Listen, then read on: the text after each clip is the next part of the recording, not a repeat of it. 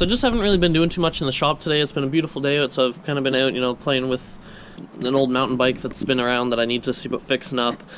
And I figured I want to get a video out for you guys. I know that some of you have asked questions about it, so let's give a little actual video this time, not just little clippets throughout the others, about my power hammer. So right here you are looking at the Ray Klon's Clay Spencer tire hammer. Now this isn't the conventional one that he has plans for. Clay Spencer does actually have plans that you can purchase from him if you want to make your own. Obviously I made my own. So the reason this guy looks a little bit different up here in the top where you can actually see through the tire and there's just this big chunk of steel is because I actually decided to make the 70-pound ram as opposed to the 50. The standard plans are meant for the 50-pound hammer, whereas I decided to go with a 70-pound just for like actually being easier to make in my sense. Also it gives me a bigger hammer head and bigger weight to kind of throw up and down. So some specs on this: it runs off of a 1-horse motor that pulls 11.5 amps at 120 or 115 volts, so just a standard outlet. And this motor also runs at 1760 RPM, so it's a, you know, pretty standard motor. You can get it at, you know, Princess Auto, or I'm pretty sure Harbor Freight would probably have something the same thing if you're down in the States. How this machine works is I have it hooked up on a little on-off switch right here. As you can see, I just, when I plug this in, because I don't actually have a plug wired or a switch wired into it, just on, off, works for me. This motor is constantly on at full speed. So foot pedal hinges back the motor and the brake pad. So with this being on, as I release the foot pedal, it actually kind of acts as a clutch, especially with the tire. Just something really nice about it is that you can kind of feather the control of it to either get something very light or very, very strong of a hit. One of the modifications that also had to be done with this, because I went to an extra 20 pounds in the head, I had to add an extra 200 pounds to the anvil, which is why you see all these guys welded around. And I also cut it up this way instead of like 3 blocks as you might see in other ones.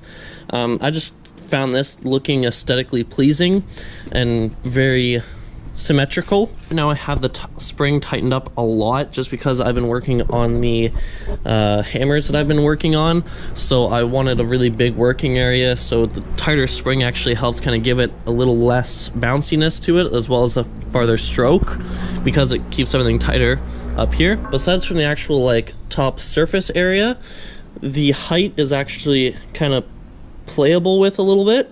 So the hammer dies that's recommended is 1.5 inches from here to the top of this base plate, which I'm not really a huge fan of. I don't like the taller dies, especially for working larger stock.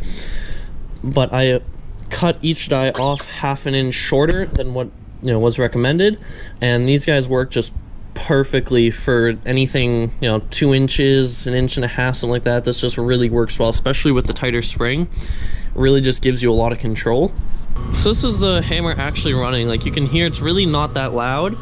It does have a 2-foot squared base plate that it's on, and because the concrete in there really isn't all that thick, and you know, also my parents' house and stuff like that in the garage, I made the decision to actually put it on a giant wood platform that I have 4 rods going right through, that everything's bolted right through. With that being said, it is a little bit more wobbly than if it was bolted down to concrete per se, but at the same time this also makes it usable in, you know, the area that I live.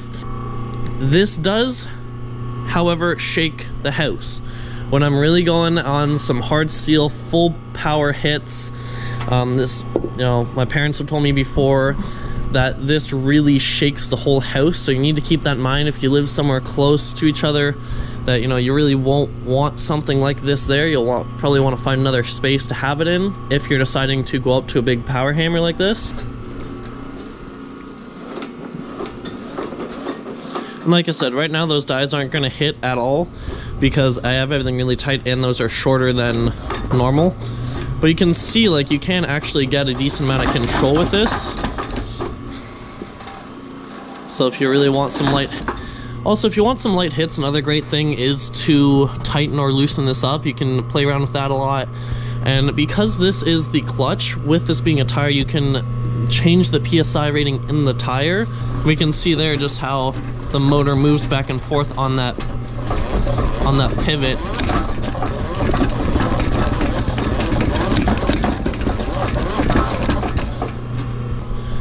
So this here is a piece of 1x3-ish of oak. You can see it running down. This was just from an old piece of furniture that I got some oak out of. Let me just show you how well it really...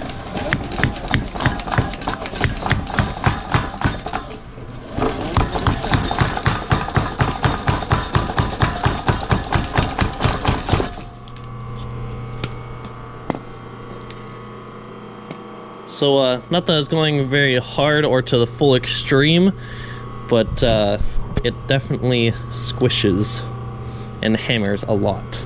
Now, another thing that I also really like about having these shorter dies, because it does give me an extra inch of clearance between the full height of this, is that it also means that I can use top tools like that I could easily set on top of, you know, say a piece of hot steel or something, a hammer billet or something I'm just trying to punch.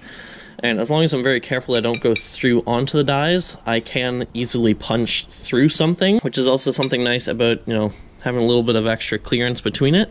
Anyways, this is my homemade power hammer. I hope you enjoyed it. I hope you learned something. If you have any more questions, make sure to drop them down in the comments. I'd be happy to either respond or make another video if I have a lot of questions. I can go through everything about it. Because Clay Spencer does sell plans for these, if anyone's asking for specific details, I can direct you just to purchase the plans from him, and then you'll be able to find out every dimension you want for everything. The plans, I have to say, are the best plans I've ever seen. Anything you think you have a question about, you go to a different page or something further on about assembling the rest of this, and it will really show you everything. So thank you for watching. Subscribe to the channel if you're new. Make sure to hit that red button down below with the bell notification. Give it a big thumbs up, and we'll see you tomorrow.